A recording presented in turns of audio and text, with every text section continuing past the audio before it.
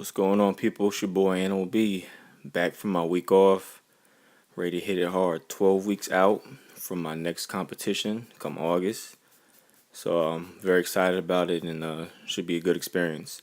This is me just warming up, hitting some deadlift today. Planned on going a little bit heavy, not too crazy. So I'm just warming the lats up real good, doing some straight arm pull downs. If you don't know by now with me, I like to do things, a little bit different. So for this next set, I did a straight arm pull down with the lat pull, keeping the core tight. Make sure you really try to use those lats when pulling that bar down and to your chest. Just trying to warm everything up real good.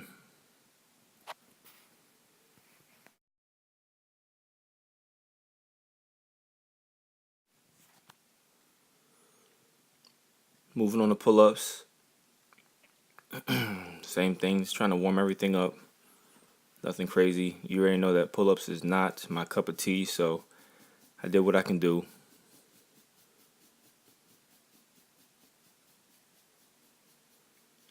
Did a few sets of 10, trying to get the chin to the bar without kicking, looking crazy like you see some people out there all the time. Definitely going to a straight arm hang.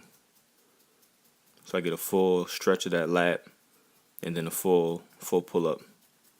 It's more effective than doing the half reps you see a lot of people doing as well.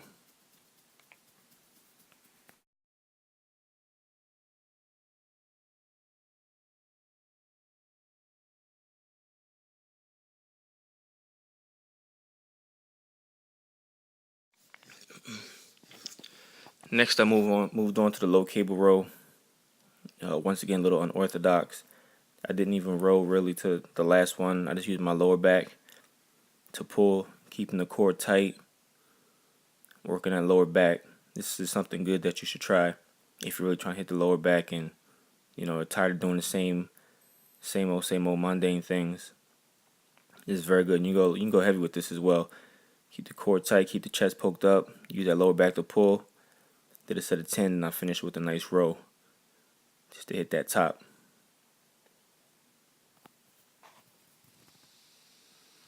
Same thing here, went a little bit heavier, well, a lot heavier. We did the whole stack on this one. But the same concept. Here at Dreambodyz, we're going to keep coming with that exclusive new things that you're probably not used to seeing, or you might have seen before but not know why it was done. So this is a real good exercise for that lower back, just to loosen it up, finish off with a row. Now this one I actually do row, just to hit that top, midsection of the lat or the back. I didn't go real heavy on this. Important thing with this is shoot those elbows back. If you look at my elbows, they're going further than my back. So I'm really trying to squeeze those the scapula together and loosen everything up. Now this one I'm coming forward, once again stretching my lower back, pulling, but I'm not going crazy. I'm not using my back to actually pull it all the way back.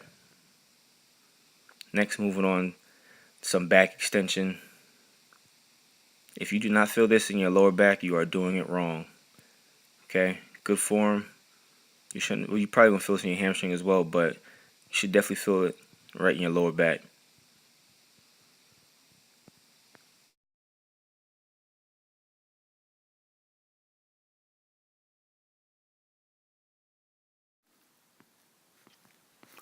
Okay, sticking with the theme of back extension. This is another good exercise. Normally you see people doing this with a weight on their chest or behind their head, or just holding it straight down with a kettlebell.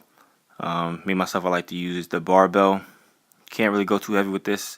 It is very easy to get hurt, so if you do decide to do this movement, make sure you start off light and do a weight you can actually handle.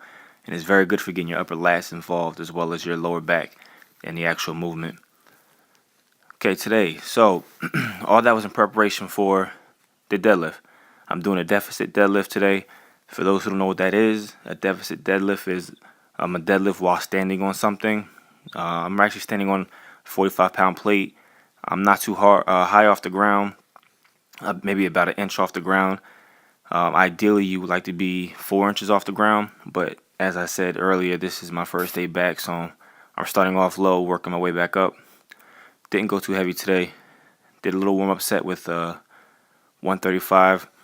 Then I threw on 2 plates. Same concept. Deficit deadlifts are real good because it increases your range of motion of the actual lift. It also increases your strength of your lockout, as well as increasing the power and the speed of your lift off the floor, which is very crucial if you plan on lifting the heavier weights. It's all about getting everything to fire at the same time. A lot of questions I get asked are why I lift with no shoes on when it comes to squat, as well as deadlift. And it's very simple. If you think about it, if you have your shoes on and you lift, the first thing that's going to collapse is going to be the sole of your shoe, the heels. Okay, so I like to take that out of the equation, take my shoes off, so everything that I put in towards the lift actually goes towards the lift. Have 4 or 5 on the bar right here. I don't do too many reps, I believe maybe 5, just to get that speed and get that power to lock out. Next I move up to 5 plates, 495, and it's the same concept. Keeping the core tight, make sure you keep your head up when doing the deadlift. Make sure you use your legs. That's very important, very big piece of the puzzle that people seem to forget. They use a lot of lower back, which can end up hurting your back and definitely give you bad form. So I do a few reps with this, and then I move on to 545.